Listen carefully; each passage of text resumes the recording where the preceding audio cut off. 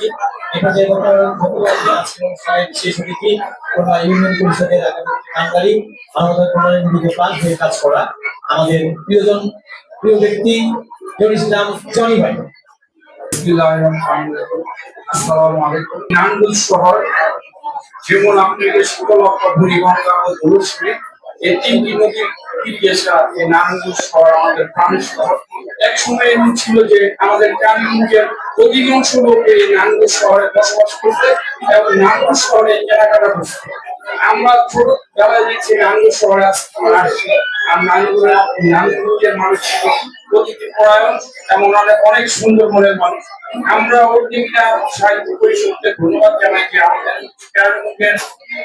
এই জায়গায় আমন্ত্রণ করার জন্য এবং সর্বপ্রথম ধন্যবাদ জানাই যে সুন্দর একটা পরিবেশে আমাদেরকে আমন্ত্রণ করছেন এবং এই যে ছোট ছোট বাচ্চারা এই জায়গায় আসবেন অনেকক্ষণ ধরে বসে রয়েছে।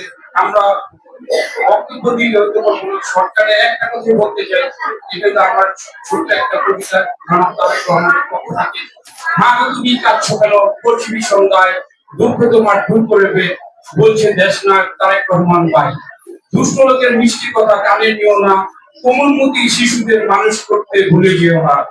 এই যে মাদের জন্য যে একটা মেসেজ যে আপনারা আপনাদের সন্তানকে এত কষ্ট করে ফজরের পরে নামাজের পরে আপনারা রান্না বান্না করে বাবা নিজেই ঘুমিয়ে থাকে কিন্তু মা কিন্তু ঘুমাতে পারে না। মা তার সন্তানের জন্য রান্না করে তার টিফিন বক্সে এই বাচ্চার খাবারটা নিয়ে রাখে এবং এই বাচ্চাটাকে সুন্দর করে পরিষ্কার করা মা কিন্তু স্কুলে নিয়ে যায়। এই মা এলো পৃথিবীর শ্রেষ্ঠ মানুষ, মা এলো সবচেয়ে বড়, মার উপরে কেউ নাই। এই মার সম্মান আমাদের কথা রাখতে হবে না।